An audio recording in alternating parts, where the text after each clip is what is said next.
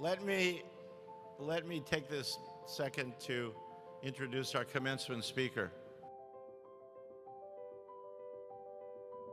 He grew up in South Africa, got his degrees from Wharton, came to California, started a company, merged into a company, sold a company called PayPal. Some of you might use it. He then has gone on to become the CEO of Tesla Motors and the CEO of SpaceX. And in his mind, he has lots of brilliant ideas. I know it's truly an honor and a privilege to have him join us today, Mr. Elon Musk.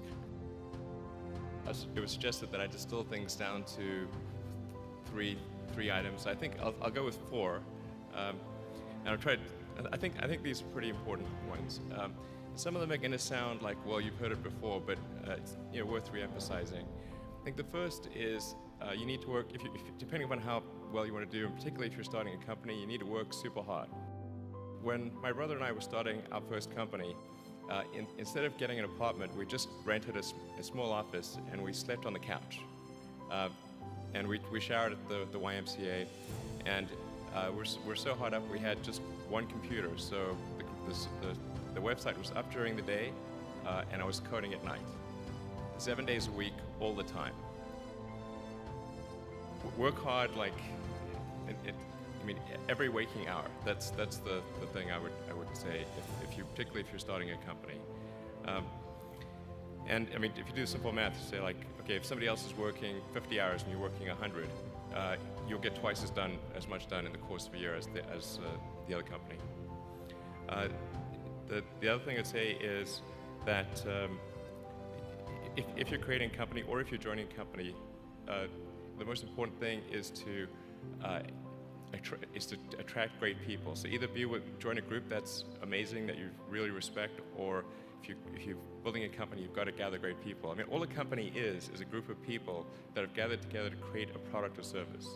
And so depending upon how talented and hardworking that group is, and the degree to which they are focused cohesively in a good direction, that will determine the success of the company. So do everything you can to gather great people if you're creating a company. Then I'd say focus on signal over noise. A lot of companies get confused. They spend money on things that don't actually make the product better. So, for example, at Tesla, we've never spent any money on advertising. We put all of the money into R&D and manufacturing and design to try to make the car as good as possible. And I think that's the way to go. So for any given company, just keep thinking about, are these efforts that people are expending, are they resulting in a better product or service? And if they're not, stop those efforts. And then the final thing is don't just follow the trend.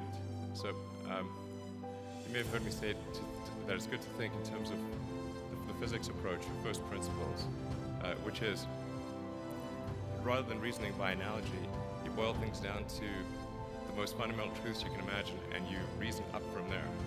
And this is a good way to figure out if something really makes sense, or if it's just what everybody else is doing. It's hard to think that way. You can't think that way about everything. It takes a lot of effort. But if you're trying to do something new, it's the best way to think. So it's really a powerful method. Anyway, so that's, and then I think that the final thing I would encourage you to do is, now is the time to take risk. You don't have, you don't have kids.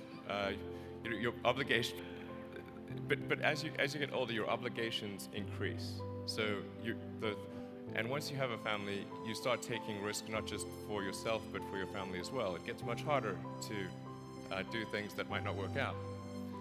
So now is the time to do that before you have those obligations. So I would encourage you to take risks now. Do something bold. You won't regret it. Thank you.